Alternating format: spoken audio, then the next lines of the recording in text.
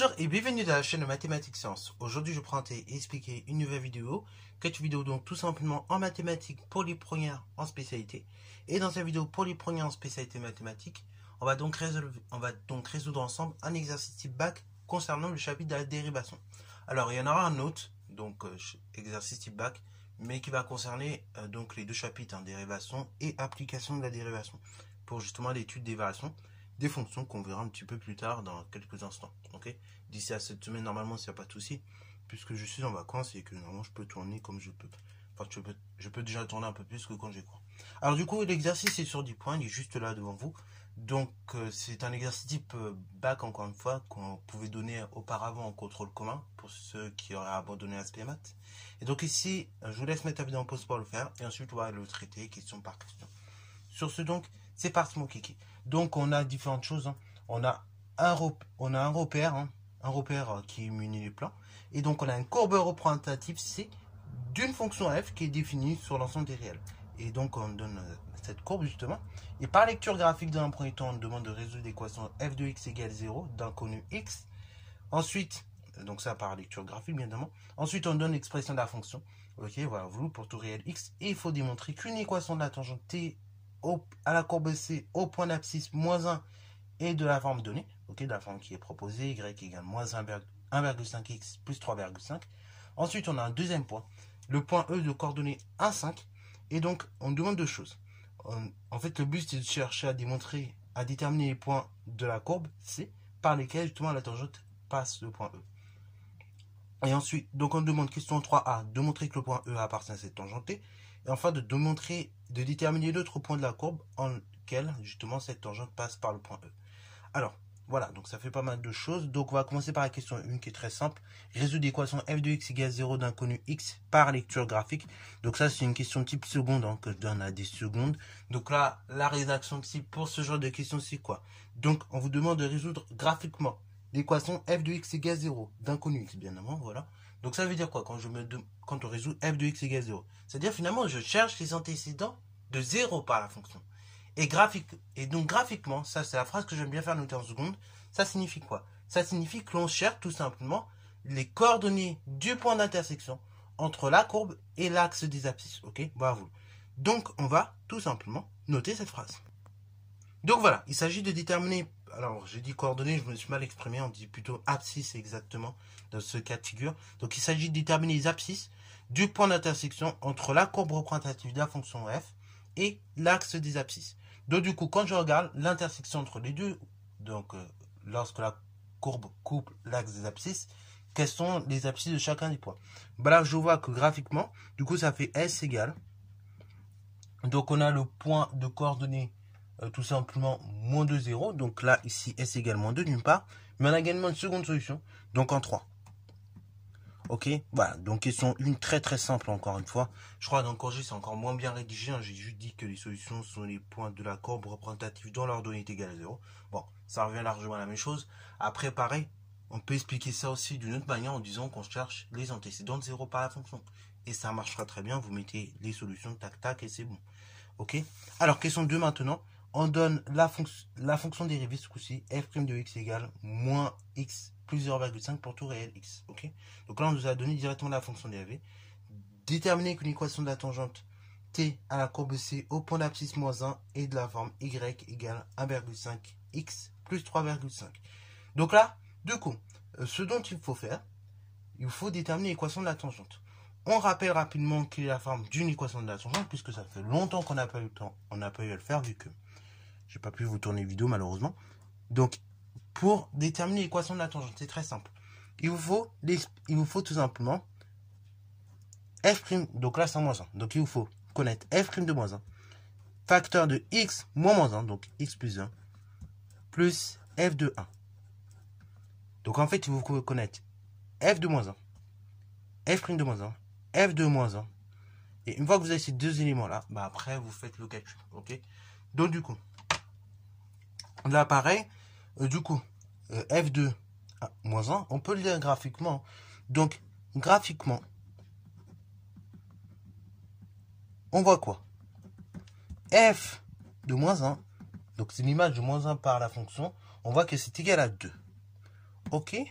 Ensuite, de plus, on va calculer f' de moins 1. Donc c'est ça que je vous disais précédemment. Là, pareil, avant, on était obligé malheureusement de faire un calcul. Ok, on était obligé de faire un calcul de taux d'accroissement, tout ça, et c'était un peu long. Là maintenant, vu qu'on a compris c'est quoi le taux d'accroissement et qu'on a vu les fonctions dérivées, dans ce cas-là, vous voyez que ce genre de choses, on peut les faire juste par calcul, donc avec l'équation de la tangente et la dérivée. Donc là, du coup, f' de moins 1, bah c'est quoi? Vous remplacez x par moins 1 dans l'expression qui vous était donnée. Donc ça fait moins 1, donc plus 1, plus 0,5. Ok, voilà, vous. Et donc ça vous fait 1,5.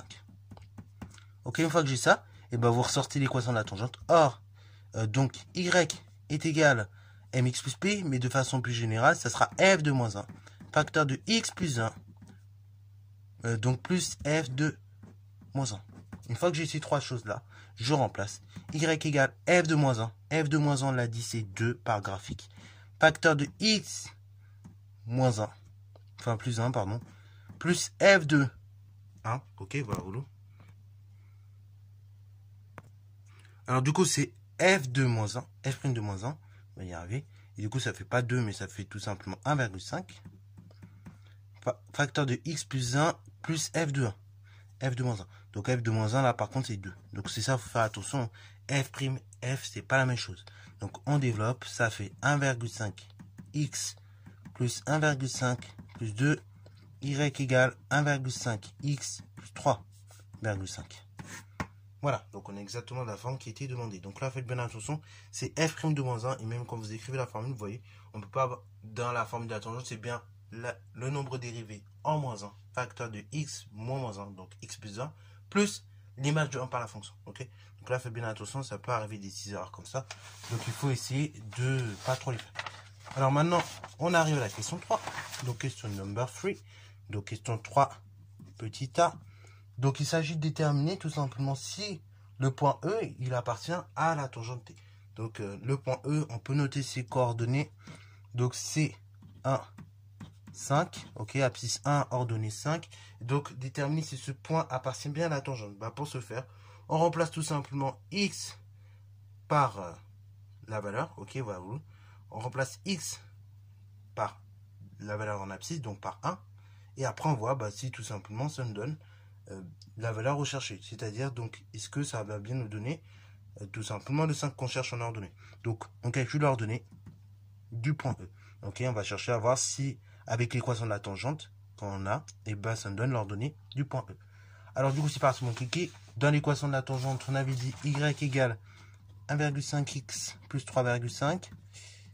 C'est-à-dire 1,5 fois 1 plus 3,5. C'est-à-dire 1,5 plus 3,5. 1,5 fois 1,5 plus 3,5. Ça fait bien 5. Or 5, c'est l'ordonnée de E. Donc, conclusion, E appartient bien à la tangente. Enfin, voilà. Alors, soit vous mettez comme ça, ou soit vous rédigez une phrase dans le point E appartient bien à la tangente T. Ok, bravo. Mais on peut le mettre comme ça. C'est très synthétique. Ça marche bien en tout cas. Ok. Dans mon corrigé, il me semble, oui, voilà, j'avais noté de cette manière également. Alors, question B. Donc là, il y a plus de choses à voir. Déterminer l'autre point de la courbe en lequel justement la tangente passe par le point E. Donc le point E, on a dit ses coordonnées, c'était 1, 5. Donc il est déjà placé. Maintenant, il faut essayer de regarder la figure. En fait, c'est en regardant la figure qu'on risque d'avoir fortement la réponse. Ok, bravo. Donc là, ici, on va prendre un autre point de la courbe. Donc là, quand on regarde la figure comme ça, là, il faut justement l'observer dans un premier temps et après en déduire l'autre point, enfin le démontrer du moins. Donc là, quand on regarde la figure, là, visiblement, on n'aurait pas de, enfin, on aurait du mal à voir quel est le point par lequel la tangente passe. Donc, je vous rappelle tout à l'heure qu'on a déterminé tout simplement la tangente en moins 1, ok, voilà. Donc elle ne peut pas repasser par un autre point de la courbe, ok, avec cette équation-là. Elle ne peut pas repasser par E, le point d'abscisse moins 1 et un autre point de la courbe, en tout cas, tel que la courbe nous est présentée. Donc, ce dont on va faire, on va plus regarder du côté droit de la courbe, ok, puisque du côté gauche, elle coupe déjà la courbe une fois. Là, on va regarder du côté droit et on va s'intéresser au point de coordonnée 3, du coordonnée 3, 0. Et après, on va chercher à montrer qu'une tangente passe par ce point-là. Ok, bravo. Ok, donc ça c'est l'objectif final, je le note quelque part. Alors du coup, j'ai pris l'initiative de nommer le point D pour faciliter les choses. Et après, on va faire les calculs. Ok, donc je vais calculer d'une part. Je vais d'abord lire f de 3 graphiquement. Donc f de 3 égale 0 d'après le graphique.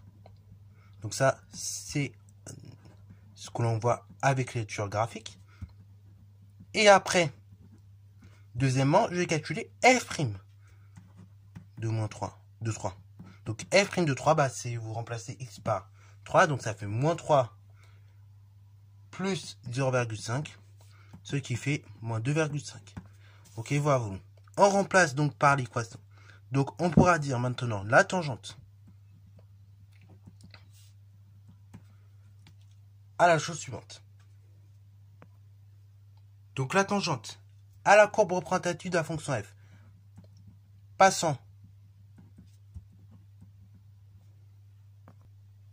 Alors maintenant on va dire que la tangente AC passant par D de coordonnées 3, 0 a pour équation la chose suivante. Donc là, on va partir du principe que le point D appartient à la courbe. Et si le point lui-même appartient à cette tangente, ok, et on aura réussi à montrer que la tangente passe par ces deux points-là, E et D, ok. Donc là, pour l'équation la chose suivante, y égale f' de 3 facteur de x moins 3 plus f de 3. Ce qui fait y égale la chose suivante, f' de 3, donc on avait dit que c'était moins 3 d'après, enfin moins 2,5 d'après calcul, facteur de x moins 3 plus f de 3, 0. On développe, ça fait y égale moins 2,5x plus, attention, moins par moins, plus 7,5. Ok, jusque là on est d'accord. Maintenant, on va calculer. On va remplacer tout simplement x par l'abscisse 2, ok. Et comme ça, on va voir si le point E vérifie cette équation-là. Donc, on détermine si E appartient à cette tangente T'. Donc, on remplace x par des coordonnées 2, l'abscisse 2 en l'occurrence, donc ça fait 2,5 fois l'abscisse de E. Donc, on avait dit son abscisse c'était 1 plus 7,5. Ça fait y égale moins 2,5 plus 7,5, ce qui fait y égale 5, qui est égal à l'ordonnée 2. Donc, on peut dire deux choses. On peut dire que E, il appartient à la tangente T' et D également appartient à cette tangente T'. Ok, voilà. En conclusion, donc, qu'est-ce que l'on peut dire? On peut dire que le point de la courbe en lequel la tangente passe est le point de coordonnées 3, 0. Et voilà, donc là on a démontré finalement que notre tangente qui passe par E passe également par D de coordonnées 3, 0. Ok, bravo.